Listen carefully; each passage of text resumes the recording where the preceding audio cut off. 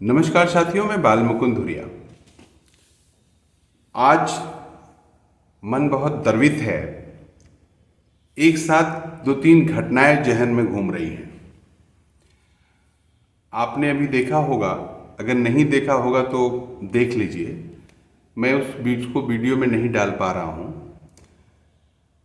एक घटना घटी कि ट्रेन में एक सिपाही, आरपीएफ का सिपाही होता है, अपने दोस्त के साथ गश्त कर रहा होता है और पॉलिटिकल बहस में तीन लोगों की हत्या कर देता है, ये कहते हुए कि वोट आपको मोदी योगी को ही देना होगा। और मुस्लिम नौजवानों की हत्या करने के बाद एक मीणा, उसके सहकर्मी थे, उनकी भी हत्या कर देता है। एक घटना है। दूसरी घटना एक हुई कि ट्रेन में एक आदमी ऊपर वाले बर्थ पे, किनारे वाले पे बैठ के नमाज पढ़ रहा है। स्लीपर क्लास का डिब्बा होता है और उसके नीचे बेसमेंट में, मतलब जमीन पे और नीचे वाली सीट पे तीन चार लड़के बैठ के जोर जोर से हनुमान चालीसा पढ़ रहे हैं और लगातार उसको नमाज पढ़ने वाले आदमी को देख रहे हैं और जोर जोर से चिल्ला चिल्ला के हनुमान चालीसा पढ़ रहे हैं। इन दो घटनाओं ने जहां एक तरफ विचलित किया, वहीं एक तीसरी घटना है कि कांवड़ यात्रा करने वाले लोग जा रहे थे, जो रूट तय था उस रूट पे ना जाकर बगल में मुस्लिम बस्ती है उसमें जाने लगे। तो वहाँ जो एसएसपी थे, इंचार्ज थे पुलिस के, उन्होंने उनको रोका और जब वो नहीं माने तो उनको फिर बल प्रयोग करके वहाँ जाने से रोक दिया। वहाँ नहीं गए, उपद्रव, एक दंगा बच गया, लेकिन तत्काल उस अधिकारी का योगी सरकार ने ट्रांसफर कर दिया। और बताते हैं कि वो अधिकारी जो पुलिस का है, वो लगातार उसकी ट्रांसफ़र होती रहती है, क्योंकि उसका लोकल एडमिनिस्ट्रेशन से और प्रशासन सरकार से पट नहीं रही है। ये तीनों घटनाएं अगर आप जोड़ के देखेंगे तो बहुत ग्लानि होगी कि समाज में इस कदर जहर बैठ गया है।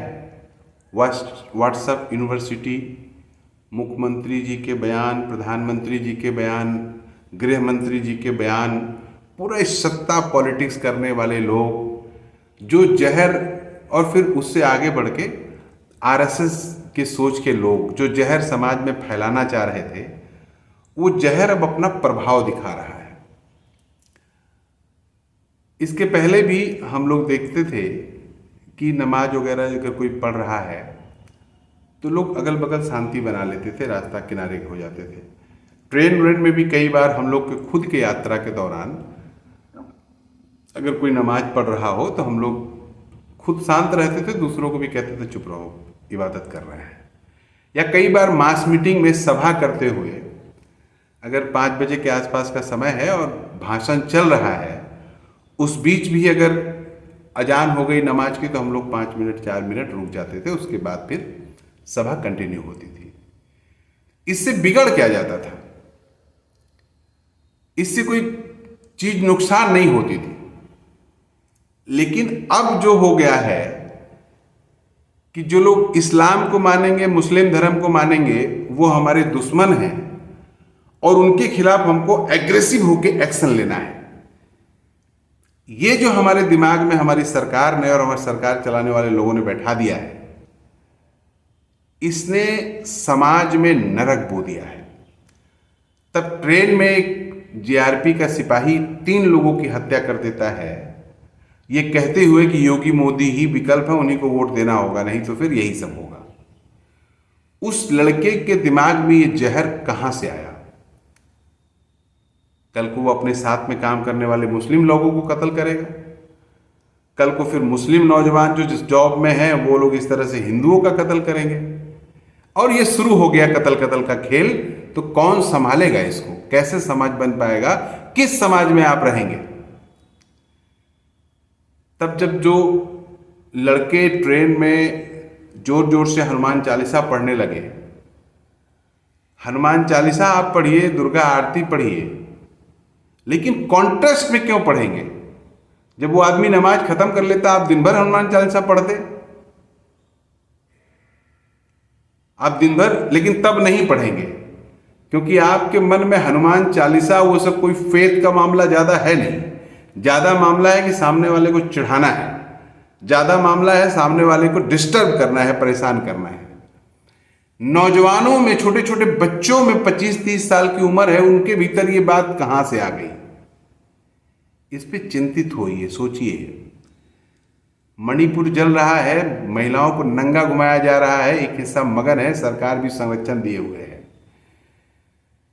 अगर यही सब चलता रहा तो लोकसभा के पहले उत्तर प्रदेश में कहां, कब, कौन घटना घट जाए, कब किसका कत्ल हो जाए, कब किसकी बहन बेटियों को नंगा कर दिया जाए, इस समुदाय वाले उस समुदाय को किस बात पे पीटने लगे, उस समुदाय वाले इस समुदाय को किस बात पे मारने लगे, कुछ अंदाजा नहीं लगेगा। ये कैसा समाज हम रच डाल रहे हैं, इस पे चिंतन करिए। और ये जो लोग सरकार चला रहे हैं, आपसे विनती है, नरक और चरस मत बोइए समाज में। ये नशा ले डूबेगा। हो सकता है 2-4 बार आप सरकार में रह जाएं, लेकिन आपको भी रहना इसी समाज, इसी मोहल्ले में, गांव में, घर में है। और जब विष फैलेगी तो उससे अछूते आप भी नहीं रहेंगे। इनको पता है कि सबसे कुछ होगा नहीं, केवल सत्ता मिलेगी। लोग मरते हैं तो मरें, लोग जेल जाते हैं तो जेल जाएं, लोगों का जीवन नरक बनता है तो बने, लेकिन इनको सत्ता चाहिए। आप जरा सोचिएगा। नमस्कार।